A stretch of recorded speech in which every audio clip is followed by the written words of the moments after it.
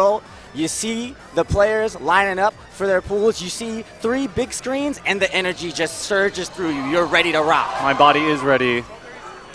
Oh, so speaking of ready to rock right now, coming up, it's Saltine. And I believe this is the Topanga CEO. That's right. Fusuke. All the way from Japan. Also known as Nyanshi. Yes. He means Sagat.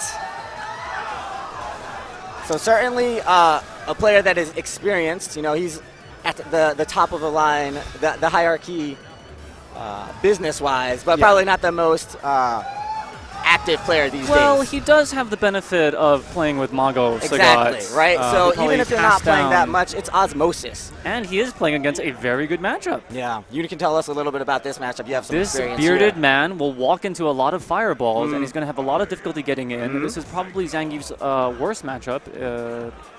Sagat and Seth basically give him a lot of trouble, and the reason why is because he has no good way around these fireballs, which are being chucked in his beard right now.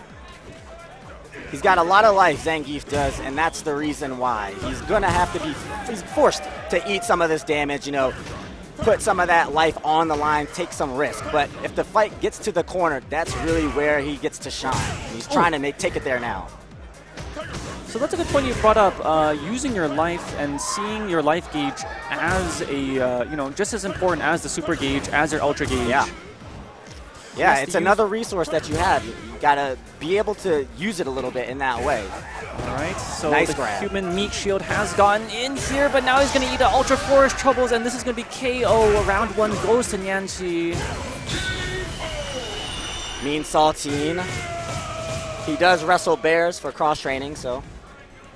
In the Siberian woods in the summer. I do recommend that Zangief players, as much as I'm big on character loyalty, to prepare something for the Zangiefs. Wow, did that combo? And 3 hits off the counter hit? We've got new technology here. Let's go Japan. Topanga, and he's dizzied, and not a very easy thing to do against Zangief, who has a very high stun. But this is not looking good here. And this is why sub-characters are so important. Yep, this is something. And this is going to be, I think, 610 damage. Going to take him down to half. Half life, but he needs a lot more right now. Oh, and he's getting it. This is the best Okizeme, and he's in the corner. No, the delayed jab uppercut. Did he jump late? No, I think he was trying to go for a safe jump there, but he didn't do an exact frame kill. I think a lot of, it's the difference between a lot of Western players. They use feeling to get their safe jumps as opposed to I don't know anything about timing. I feel it in my gut. Yeah, exactly. Now is the time. That's a big difference I've noticed between I think you're right about that. It's a lot more rehearsed. Coming from the East, and Western players are a lot more feeling-oriented. I mean, you see a lot of the Japanese players will whiff a move, a fierce punch, or an empty jump, and then go in for it. And so there's an exact formula each and every time, so the safe jump is consistent. Look for that all day today. You will see players, after you see a knockdown, whiff some button, and then a jump, then that's setup time. And that is incredibly important against Sagat, who has a 5-frame uppercut, which isn't that fast in this game, where there are 3-frame uppercuts. So it is very possible to safe jump him. Again, Saltine, he's just trying to traverse the screen here. These hits mid-screen, he's just going to try to shrug them off. They're not that important. The game doesn't begin until he gets into Sagat's face, but Nyanshi is just going to keep him out as best as he can all day. Oh, I believe that was punishable there, that tiger knee.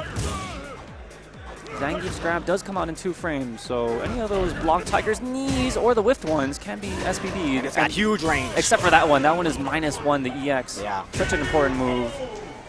Yeah, it's good to know because he was already looking for the Tiger Knee. As a Zangief player, you and him were in the same mindset. He was looking for a Tiger Knee, but it was an EX, and he got himself killed that way. And these Tiger Knees are a nightmare because they knock down on hit and push back Zangief halfway across the screen. So it's a safe move, and it also resets the distance. That's the mix-up with the fireballs that he's throwing, and then a Tiger Knee every once in a while. He's trying to walk himself into the range where he can punish the Tiger Knee, but he has to block some of the fireballs. If he eats the Tiger Knee, then the whole game resets. All right, so he doesn't want to do nice. He wants to do those small little jumps there.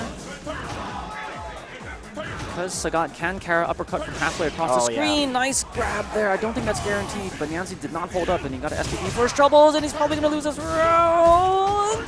Oh, no, didn't get the combo. That was really good for Saltine there, because Nyanshi burned his meter, and he starts off... Oh, but he used his last bar for the EX for the KO. That's all right, though. It's still not bad for Saltine. I think the meter is very important for Sagat, maybe more so in this matchup. Yes. So doesn't have the FADC available anymore. He needs to make something happen now. Oh, there's something. A little too far away. Tries to go for the toward heavy. Saltine does have 1 bar to burn on his EX. Oh, lands on that one. I love how Nyanshi's playing this, man. He's holding the line. This is textbook Sagat versus Zangief. You do not want to cross that red line. He already knows that he's given up some ground, but he's worked up such a life lead that even if he gets pushed to the corner, he's going to chip away just a little bit. He's expecting to kill him before he gets to the wall. Ooh! That's a read. What was that? That's a read. That's the backdash, I think. Or jump back. All right, I guess Zangief, one of those big, beefy characters that can be caught on the backdash for the towards heavy kick. Big time reads there from a big time read there from Nyanshi at the end. And it will be Nyanshi, the president of Topanga, moving on over Mean Saltine.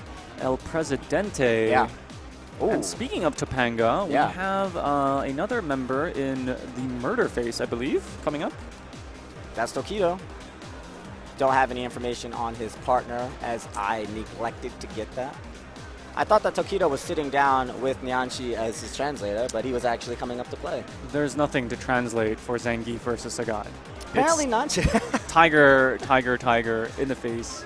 Apparently Nyanshi, though, he has a pretty good English because he understood what I said and he wrote down the information on the card. Okay. Not bad. Tokido is, would you say he's the best English-speaking Japanese player? He seems pretty fluent. I would put him up there, and I think he's, he's a graduate of Tokyo University, and to get into the university, you do need to have a high level of English relative, in Japanese society. Oh, so I see.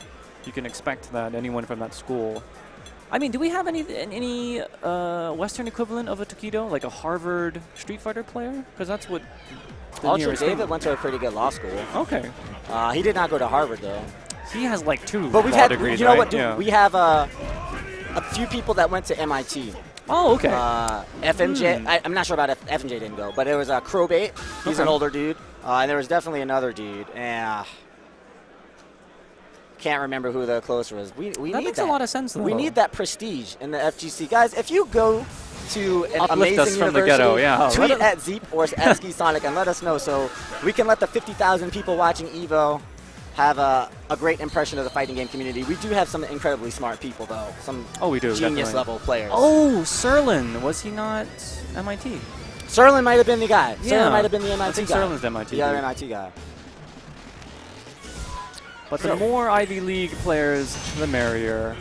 Oh, this is tough for Robledo. Okay.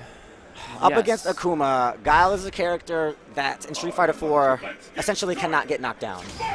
He has just some of the toughest wake-up options to use, preferably. I can put it that way. So already good of Robledo to start with the fireball game and feel out Tokido right now. He's just trying to get a feel for the matchup and see where Tokido's heading. The problem in the beginning of the match is that Goki can hand back and throw the red fireballs, and Guile has to guess whether the strength of the fireball. If it's going to be the 3-hit, if it's going to be the 2-hit, and jump there and sometimes lose his charge. Ooh. Yep, that's a nice flash kick. Yeah, I think a lot of times in a fight like this, some of the really strong Guiles we see will just, forego the fireball game because it's not going to work very well. You see, once he has the lead, he can do the neutral jump fierce. Oh no, this is bad. Knockdown in the corner, and here comes the Tokido formula, which he was devising in Tokyo University. Overhead, of course. I'll just teleport to reset the momentum. He'll sit here at this line and keep Robledo out. He's got an adequate lead. So that's about the 3rd time Tokido's Palm has traded with Guile, and he's going to get a hard knockdown. So Yeah. it looks like the anti-airs against the Demon Flip for Robledo not working out. Yeah, that trade is definitely going to go in Tokido's favor. He gets that hard knockdown, and he gets to keep going with the Vortex options. Oh, Great from clean jump Robledo. in, but he misses. He his, needed a lot more finisher from there. that. He's at least got some positioning. As Guile, this is key. Yep. Nice. I like that. He's got a good amount of life and a lot of meter as well, so he can play some of the fireball game. Nice stand, fierce anti-air. That is a very rare anti-air there, the standing fierce, but he got it. Went for it again, though, and he got stuffed, and he's letting Tokido back into this round. Dive kick goes. Oh, nice. Oh, unfortunately, he picked the Ultra 1, so you can't juggle after that. He's still looking all right. Oh, to the air with the strong. Air to air with a rising strong. Huh. And he looks very happy there. It's a good, relaxed smile from Robledo. That's always important when you're going against a lot of these pro players that have a lot more experience, tournament experience on you. Yeah. You got to just come into it like it's another matchup. That's what they're doing, and that's what you got to do, too. Yep. Nice now, getting pretty aggressive from Robledo. He's opening things up, playing a little bit more loose. Nice! The stand strong anti-air this time. Oh, but Tokido mixing up those jump-ins lets us know tries that. to go for the air grab. Yeah, there's a flash kick, and he gets to switch sides because of it. Again, Tokido missing his. Tatsu. Yep. That's what happens when the short comes out.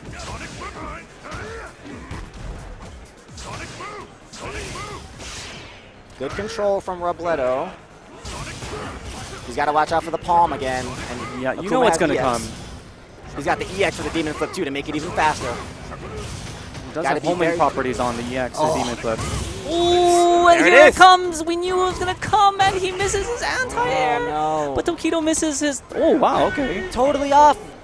Wow. Totally off on timing for the jump Robledo light kick. playing the game of his life, and Tokido gets a lot of practice against Ace Aaron on Xbox Live, aka Blue Emblem, so he does have experience against Giles. Hey now, he's really loosening up Robledo, showing us that he knows a thing or two about this matchup. So you see he's getting a little better read on the strength of the red fireball. You can tell by the startup. It's only a difference for a few frames, Right. but once you get the feeling, Right on.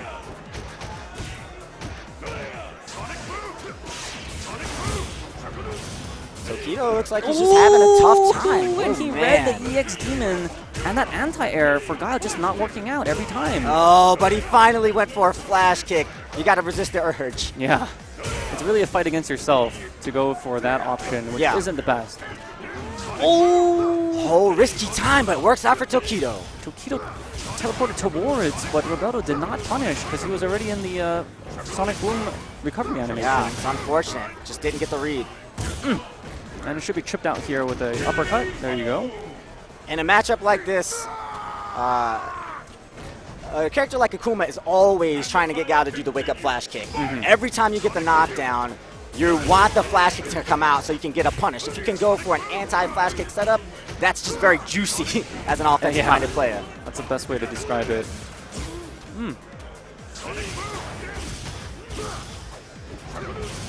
Especially because the meter building for the Sonic Boom isn't that great, so every time you make them commit to a tough. flash kick FADC, you're burning valuable resources, and then you can establish your fireball game once you know that the EX fireball won't come. Oh, and there it is! You Big said flash kick whiff. there's that safe jump. And the flash kick, of course, comes out in 5 frames, so it's quite easy for Tokido to come up with some safe jump, but a nice backbreaker from Robledo. He's preemptively anti-airing a lot. He has to make sure he gets damaged like that air grab does if he wants to keep doing that. But Putting himself in harm's way. There's jump Tatsu that'll clear him out air to air. Nice! Working those frame traps, Tokido. Oh, nice frame trap. Oh, and the FADC link. The grab. And like a hawk from the sky, coming down for his prey, Tokido goes for the air grab. He's answering back, man. That was match round for Robledo. Tokido's brought it back to 1-1. Certainly the favorite here. Tokido has placed top 8 at EVO Street Fighter 4 2 years ago, I believe. Okay. Oh, that's going to be the crumple. Nice, he gets the full punish, but misses his combo, that back fist. Tokido punishes appropriately. Yeah, and that one miss. Look at everything that Tokido's getting off of it. There's a flash kick. Not letting that reset go. Oh, he's just standing neutral there as Robledo. Robledo! Wow, that preemptive air throw. What's good? He knows this fight, and he's got reads on Tokido. I like that Sobot kick to hop right over that sweep and tag it. He's committing to these anti-airs, though, and he's putting himself in harm's way. He could really get opened up. Just like you said, and here comes the throw. What is the setup? Oh, no, that's not going to go. Once. Yeah, it hits once and then death. So Come definitely on, not worth Robledo. it. I think he should have went for the super instead. I don't know if he had the meter at that time, but that would have went for a knockdown instead of getting hit on the ground. Ah, good call, man. Oh, he's playing so well in 90% of the matchups, but he's got to calm down on wake up. He's got to calm down out of the pressure. Oh, he thought it was going to be a cross-up. Sweep. This is the Tokido formula. Here we go, going to work. Hard knockdowns, vortex options, mix-ups, chips-ups. Say goodnight. I'm pretty sure somewhere in a Tokyo University chalkboard is the Tokido formula written, like the Einsteinian formula. It's like Goodwill Hunting. And he erases it every night. Yeah. He's really just a janitor, and he just cleaned up Robeldo's guile in... oh. Yeah, this is winners finals of this pool coming up next up.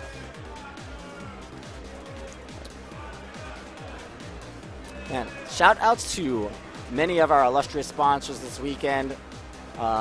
Among them, Aver Media, who has done so much for the fighting game community in the past year. They've really been interfacing, figuring out the needs of players, and now we have a product